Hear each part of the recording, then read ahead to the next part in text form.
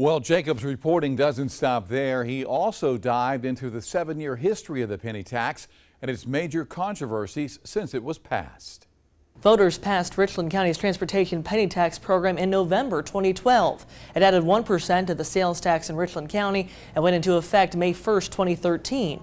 The program was expected to bring in more than $1 billion over 22 years, split between the Comet, roads in Richland County, bike paths and walkways. Just 7 months in, the county tried finding a management company for the tax, which led to disputes for a year on which company to choose and if it would be local. In early 2014, the county granted a $50 million contract to the program development team, a combination of 3 different companies responsible for the program's management. By May of 2014, the first project under the transportation penny tax program paved about 3 miles of road in northeast Richland County. About a year later, the SC Department of Revenue sent 2 letters to the Richland County Transportation Director advising the penny tax program would be audited. The DOR requested financials, procurement policy, and procedures, along with a list of project timelines. At the time, when News 19 asked why the DOR initiated the audit, the director released this statement saying, quote, "This investigation is important to protect the public and their tax dollars."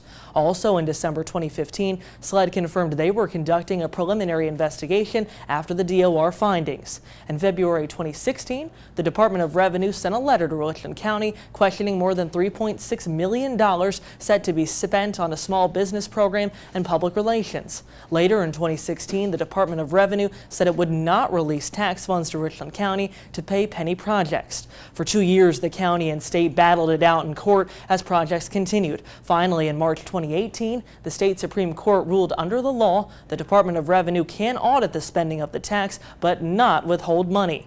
The court affirmed SCDOR's authority to classify more than $500,000 to a small business program and $25,000 a month each to 2 public relations firms for the penny was not proper.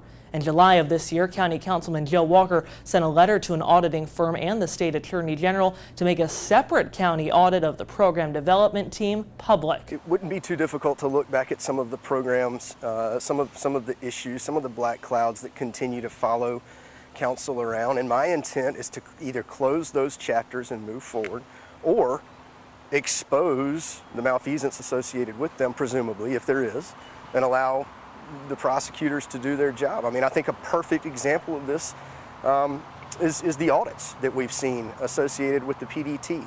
In an October statement, the Department of Revenue said it was almost finished with its own 5-year audit of the county's penny tax program from May 2013 through May 2018. It said the purpose of the audit was to make sure expenditures comply with the law. After the courts ruled DOR had the authority to examine the county's penny tax spending and had already found more than $1 million in improper spending. At the same time, the Richland County Council demanded the penny taxes management team turn over all its financial documents. The county then said it planned to publicly release all those documents online.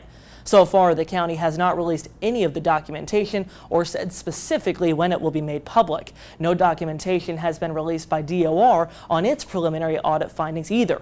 But right now, Richland County taxpayers are still paying a penny on every purchase as the tax continues to operate. In Columbia, Jacob Reynolds, News 19 WLTX. All right.